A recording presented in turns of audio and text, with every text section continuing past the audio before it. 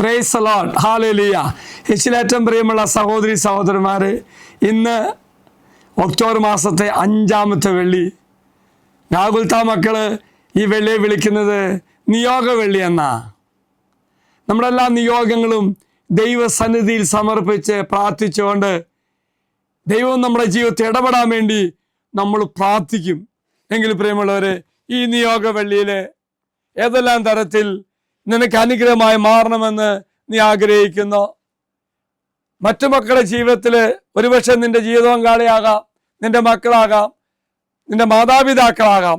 അവരുടെ ജീവിതത്തിൽ നിന്നെപ്പോലെ തന്നെ അവരുടെ നിയോഗം കൂടി നീ മനസ്സിൽ കൊണ്ടുപോവാ.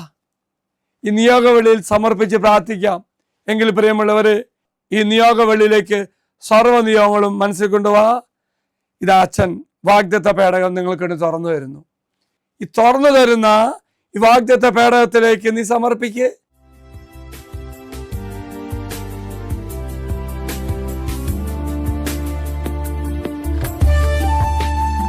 ഇത് നിങ്ങൾ സമർപ്പിച്ച നിങ്ങളുടെ എല്ലാ നിയോഗങ്ങളും അൾത്താരയിലേക്ക് അച്ഛൻ സമർപ്പിക്കുന്നു. സമർപ്പിച്ച് കഴിയുമ്പോൾ ഈശോ ഉത്തരം തരും. സങ്കീർത്തനം 6-ാം അധ്യായം 9-ാം വാക്യം കണ്ടോ? ശ്രദ്ധിച്ചോട്ടോ. നീ സമർപ്പിച്ച നിയോഗങ്ങള് കർത്താവ് സ്വീകരിച്ചുവെന്നും കർത്താവ് നിന്നെ അനുഗ്രഹിക്കുമെന്നും വാഗ്ദാനമാണ് പറയുന്നത്. സങ്കീർത്തനം 6:9. കർത്താവിന്റെ യാചന സേവിക്കുന്നു, അവിടെ നിന്ന് എന്റെ പ്രാർത്ഥന കൈക്കൊള്ളുന്നു. Price the Lord. സമർപ്പിച്ച് കഴിഞ്ഞപ്പോൾ തന്നെ കർത്താവ് ഉത്തരം തന്നു. എന്താ ഉത്തരം തന്നെ? കർത്താവിന്റെ യാചന ശ്രവിക്കുന്നു, അവിടെ നിന്ന് എന്റെ പ്രാർത്ഥന കൈക്കൊള്ളുന്നു. എങ്കിൽ പ്രിയമുള്ളവരെ, ഇന്ന് നിയോഗ വെള്ളിയാണെങ്കിൽ ഈ നിയോഗ വെള്ളിയുടെ ദിവസം ഈ അൾത്താരയിലേക്ക് നീ സമർപ്പിക്കുക.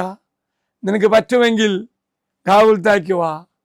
നിനക്ക് വരാൻ പറ്റില്ലെങ്കിൽ ഓൺലൈനായിട്ടോ വ്യത്യസ്തമായ ചാനലിലൂടെ നീ കാണുന്ന വ്യക്തിയാണെങ്കിൽ നിന്റെ ഭവനത്തിരുന്നു കൊണ്ട്, നിന്റെ ജോലി സ്ഥലത്തിരുന്നു കൊണ്ട് നീ സമർപ്പിച്ച് പ്രാർത്ഥിക്ക്. അച്ഛൻ നിങ്ങൾക്ക് ഈശോ ആശീർവാദം തരാം.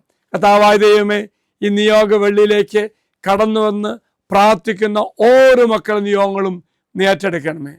വ്യത്യസ്തമായ ഭാഗത്ത് നിന്ന് പ്രാർത്ഥിക്കുന്ന ഓരോ മക്കളുടെയും പ്രാർത്ഥന നീ ശ്രവിക്കണമേ. ഈ മക്കളെ അനുഗ്രഹിക്കട്ടെ.